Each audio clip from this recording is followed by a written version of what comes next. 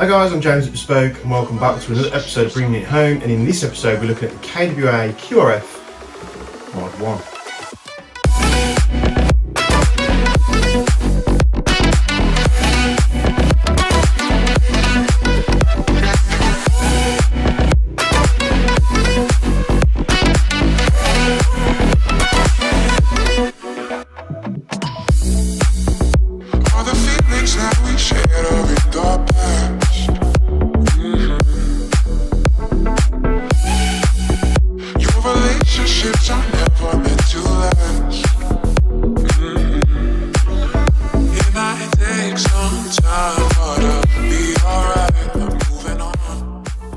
So we'll take a quick look at what you get in the box with the QRF Mod.1. Obviously it comes in much nicer branded boxes compared to when they did the TK45 series.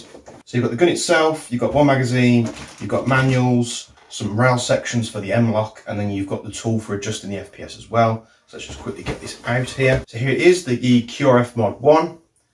You get one 80 round curved style magazine with the gun as well. So another great release here from KWA.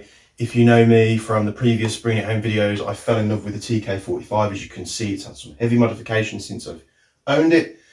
And I've always said, I think when we did the Ronin T6, I said the Mlop front ends that they do are far superior to the key mods, in my opinion. They just look a lot sleeker. They've got a better mounting system.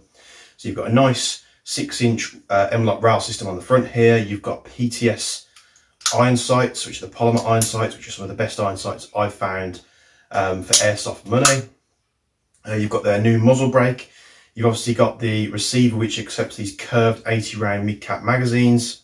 Ambidextrous controls throughout for the bolt release, the mag release, the fire selector. The mag release actually has 3, so you can use a push button style like an M4 on either side, or you've got like an MP5 style mag release underneath.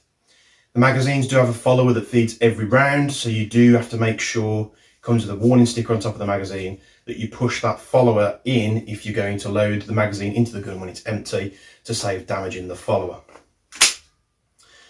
The bolt does hold open, the faux bolt that is, that hides the hop-up unit, which is a rotary style hop-up unit with the most anticlimactic release of a fake bolt in the airsoft industry.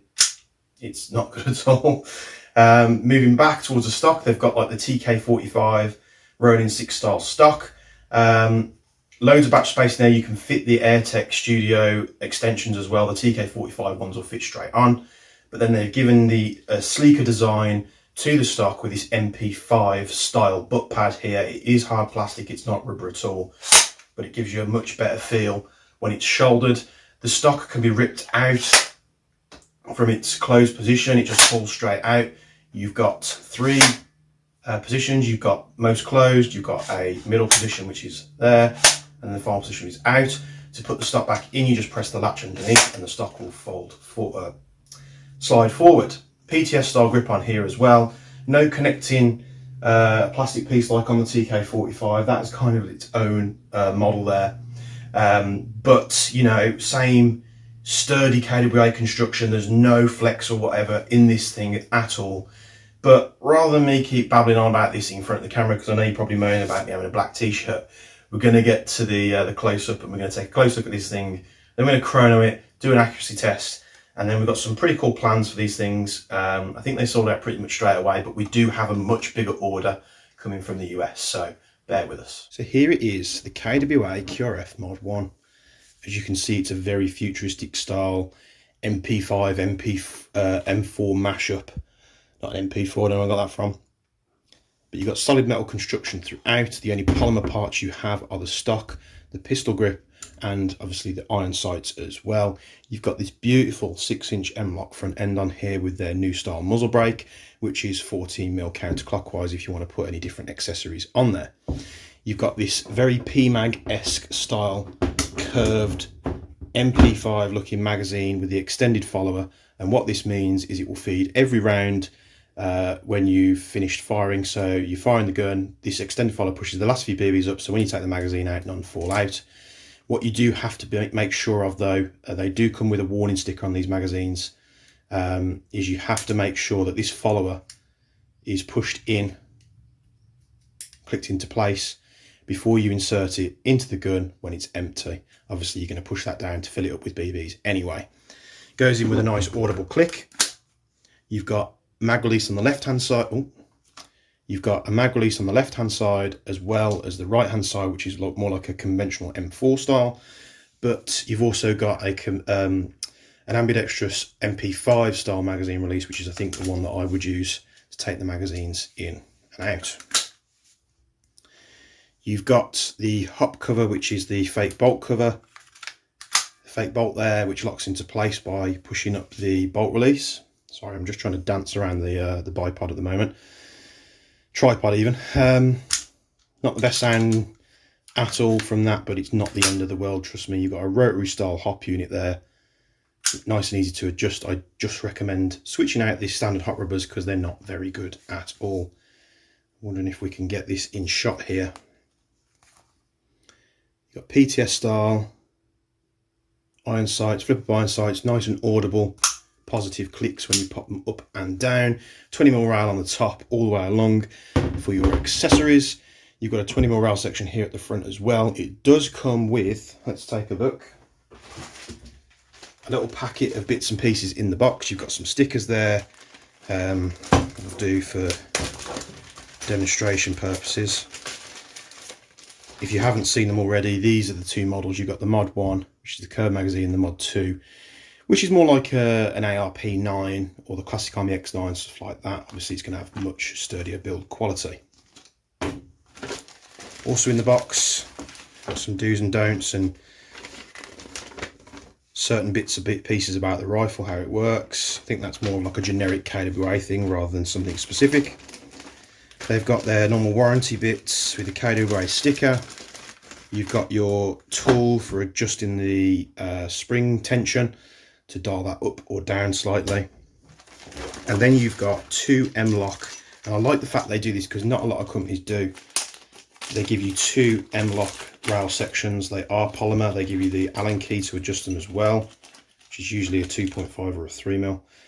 So you've got Mlop style rail segments there, so you can add those on if you're not using Mlop straight Mlop accessories that go straight on. The PTS grip is a lovely touch as well. These are very comfortable indeed. They do have something very similar on the TK45, but it's sort of molded into the rest of the rifle. You can see it's about a similar size. I think the TK45 is a little bit longer, but I do much prefer the stock pad that they've put on the T6, and now they've updated it for the Mod.1 as well to more like of an MP5 style butt pad. You can see we've got some less desirable markings on here. Obviously serial number's not too bad, QRF Mod.1's not too bad, but I don't like the fact they put this Cal 6mm on there. It was one of the first things I took off on my TK45 when I Cerakoted it. You've got made in Taiwan or manufactured in Taiwan on the right hand side, some Mlop markings, and your fire selector, which is safe, semi and full auto. For the firing test, we're going to be using 0.2 gram BBs for the chrono, which will do 10 shots, and then we tend to do a rate of fire test. I'm using 11.1, very small type battery with this. You will get different results in terms of rate of fire if you're using a 7.4 style battery. Obviously 11.1s do put out a little bit more voltage, obviously, so they do turn over a little bit quicker. But it's what I use in all my guns, so I just take that as you will. These can handle 11.1. I've been using 11.1 in my TK45 for well over a year now, however many months ago it was that it was released and I picked one up. I've never had an issue to the point where I put the gate tightener in, still never had an issue. But I'm not, do as I say, not as I do. 7.4s, volt lipos all day, every day will be the most reliable choice for you. So I'm actually really excited for this platform. The magazines come in packs of 3. These are 80 rounds. The TK45 mags and the Mod.2 magazines are more of a straight style magazine. They do have a bit more length, so they are about 120, but it is not the end of the world at all. 80 rounds is more than enough. And if you're struggling with 80 rounds, you might as well use high caps. Unfortunately, you can't get high caps for this thing. It is their own proprietary magazines. So yes, as I said, I want to do something interesting with this thing. A few ideas have been bouncing around between me and a buddy of mine who came to visit, and I said, look, do you want to take a look at this new rifle I've got next door. So he said, yeah, he said, you know, it'd be cool if you did like like a modern MP5. What if HK modernized the MP5 platform and tried to release it as something, and perhaps we'll do something like that, sort of a bit of a, not a parody, but sort of a mashup between what HK may have done if they wanted to release an MP5 for the future. So we could literally go with like perhaps that 3-tone tan color that they do, perhaps something like that with some HK trades on.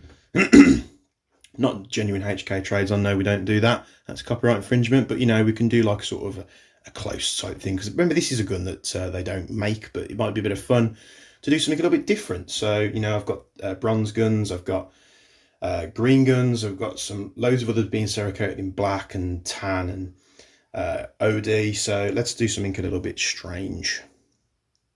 However, enough babbling on for me. Let's get to the chrono and accuracy test. Obviously, for the chrono, I'm using 0.2s, as I said before. The accuracy test, I'm using 0.3s. The hop has not been touched out of the box. It's exactly how I received it. And we'll see how this thing does.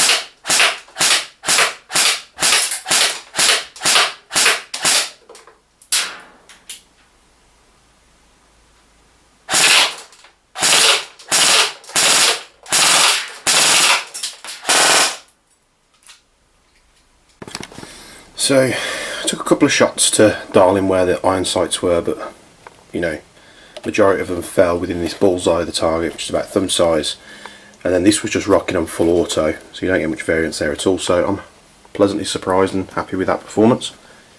So a respectable 340-ish FPS there, a few a little bit higher, a few a bit lower.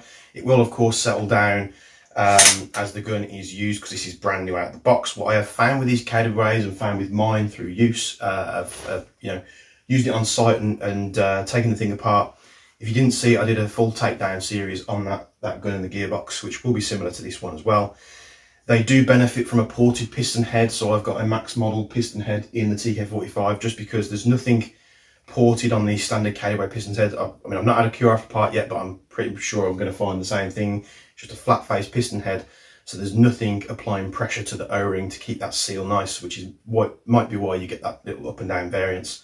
So I fully recommend doing that, and I also recommend doing the hot rubber straight out of the box, because KWA doesn't fit the greatest hot rubbers, but literally a hot rubber change and this thing's performance will just, you know, increase so much, and it will be a lot more predictable when you fire it.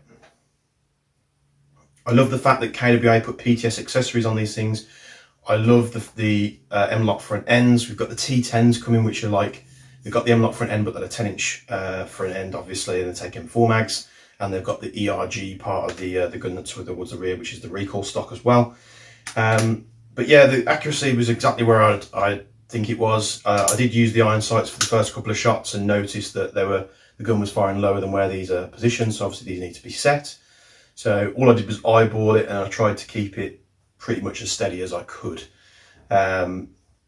So on semi-auto and full auto, it's absolutely perfect for close engagements. But with these things, I mean, this setup that I'm running in the TK45, the barrel is only like 200 and something mil long, 217 mil long, I think it is.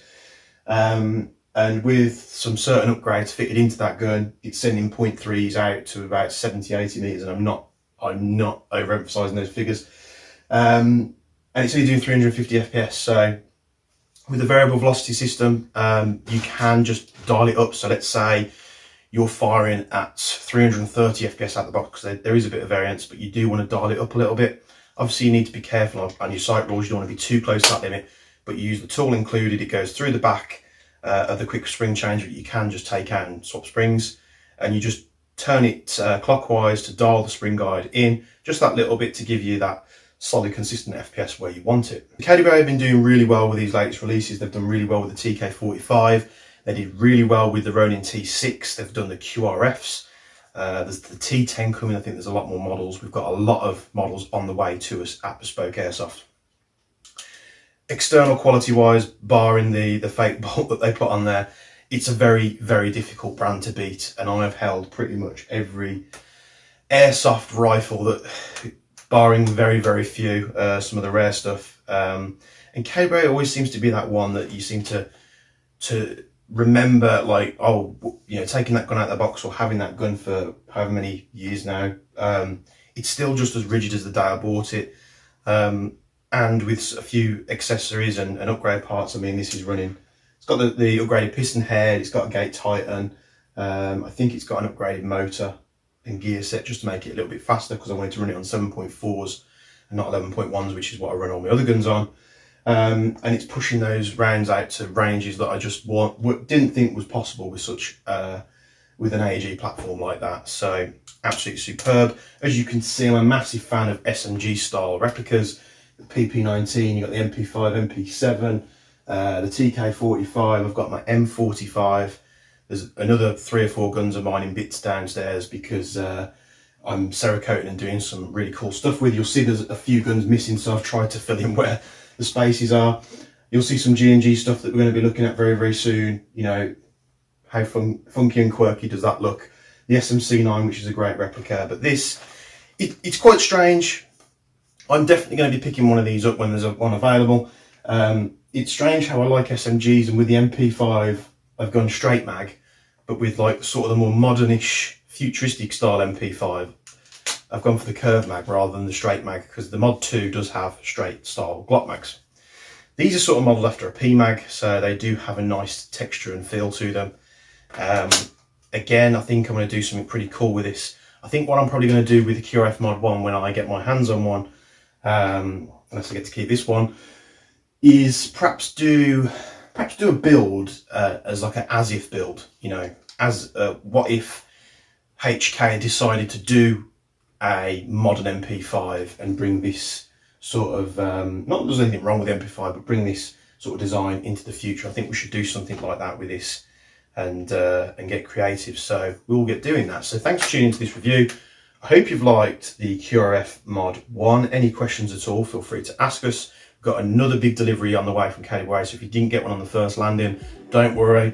We've got even more, tenfold of what we had on the first delivery, so there'll be plenty to go around for everyone. Thanks for tuning in. This is the KWA QRF Mod.1, and we'll see you in the next video. Thank you.